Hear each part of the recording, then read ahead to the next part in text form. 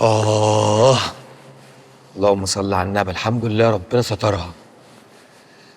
هو أنت عامل وشك كده ليه؟ ما تفرد وشك شوية كده وافرح.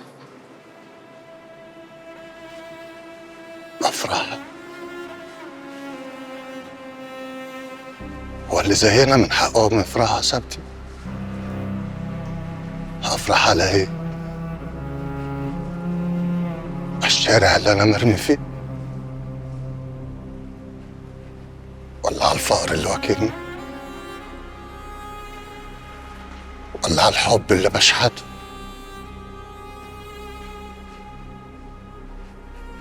ولا افرح ان انا زرع شطوني ماليش جدر؟ ما اعرفش لا ام ولا اب، ولا اعرف اسمي ايه حتى. ولا افرح على الاحداث اللي انا اتربيت فيها.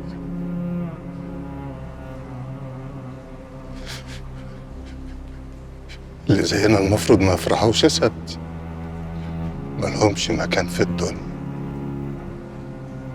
احنا عاملين زحمه. احنا نفرح عشان ما قدامناش حل غير ان احنا نفرح. ما احنا مش هنعيش زعلانين ونموت زعلانين. وانا عندي اللي يفرحك.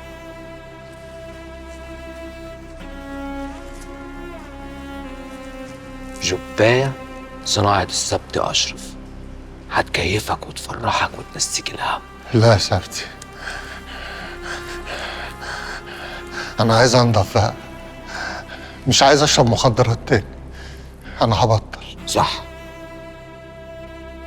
مشكلة في المخدرات،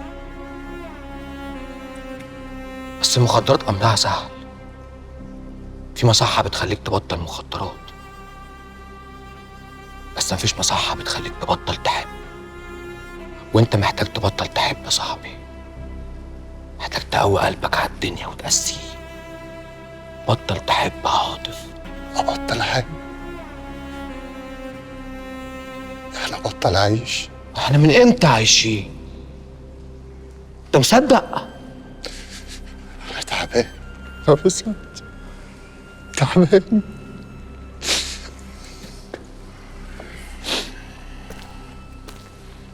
ارجل شوية، لا ارجل شوية، ارجل.